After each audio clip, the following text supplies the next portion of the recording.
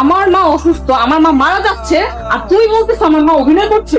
অনু কি হয়েছে আমি বুঝাই কইতাছি। আমি তোমার কোনো কথা বুঝতে চাই না। তোমার সাথে আমার কোনো সম্পর্ক নাই। সম্পর্ক নাই মানে? তোমাকে বিয়ে করাটাই আমার ভুল হয়েছে। কি কইলা? তুমি আমারে বিয়ে করে ভুল করছো? আজকে আমি গরিব বইলা তুমি আমার অস্বীকার করতেছো। আসলে এসব ভালোবাসা কিছু না, মেঘো কাছে টাকাই সব কিছু। আসলে অভিনয় তো তুমি করতেছো। আসলে তো অভিনয় করতেছে আমার শাশুড়ি আম্মা। আমার মাকে নিয়ে যদি আরেকটা বাজে কথা বলো, তোমাকে কিন্তু আমি বাসা থেকে বের করে দিব। তুমি যদি আমার সাইডা চলে যাও, আমি নিজেই মরে যাব। তোমার যা খুশি তুমি তাই করো। গার্ড, গার্ড, ওকে হাত ধাক্কা দিয়ে বের করে দাও। জি আপা, আমরা বাড়ি দিব। অনু অনেক হয়েছে, এবার বাসায় চলো। চলো। তুমি এইখানে আসছো? আমি বলছি না আমি যাব না। আমার সাথে বাসায় না গেলে আমারে বিয়ে করছো কেন? আমি ভুল করেছি, কারণ তোমাদের মতো গরিব ছেলেদের মন মানসিকতা ভালো না। তুমিও আমারে গরিব বললা। তাহলে কি বলবো? একদিন আমি অনেক টাকা পয়সা কামাবো, আমি আমার নিজের জীবনে উন্নত করবো। তোমার মতন ছেলের কোনোদিন উন্নতি হবে না। আপা মনে আপনি সব ভিতরে ঢুকে দিন। তুমি ভিতরে ঢুকো না, আমারে ফিরাই দিও না, আমি তোমার ছাড়া বাঁচবো না। আর তোমার সাথে ঘর করলে আমি বাঁচবো না।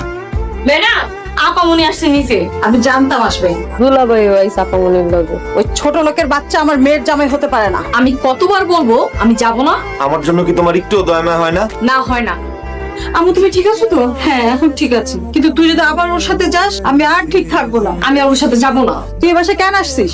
আপনি জন্ম দিয়েছেন, তাই ওর প্রতি আপনার অধিকার আছে। আমি ওরে বিয়া করছি, ও আমার বিবাহিত স্ত্রী, তাই ওর প্রতি আমার অধিকার আছে। আমি ওরে নিতেইছি। আমার মেয়ে তোর মতন বস্তির ছেলের ঘরে যাবে না। আমার বিবাহিত স্ত্রী, আমি যেখানে রাখবো ও সেখানেই থাকবো। আমি আর তোমার সাথে যাব না। শুনতে পেয়েছিস? আমার বাসা থেকে বেরো, নইলে তোকে মারবো। মারবেন? গায়ে হাত দেন না, দেন। গলা নামিয়ে কথা বল। গলা নামায় কথা কইতে হলে তো কারে ডাকবেন ডাকেন, যারে মন চায় তারে ডাকেন। আমি আমার বউরে নিয়েই যাও। এই ছোট লোক বাসায় ঢুকলো কেমন করে? হাতে আর মারি ভিতরে ঢুকছে ভাই, আর না চলে। এই যে দজ্জাল শাশুড়ি, কাজটা কিন্তু ঠিক হইতেছে না। আর একটা কথা বললে তোকে পুলিশে দেবো।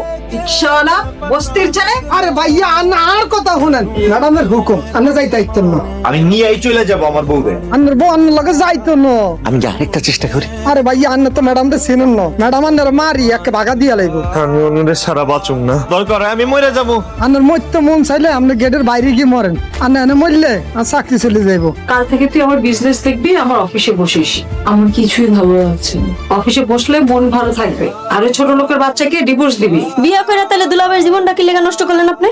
ওর পক্ষে কথা বলতে নিষেধ করছি না? আমি গরিব, আমি গরিবের পক্ষেই কথা কব। তাহলে কিন্তু বাসা থেকে বের করে দিব।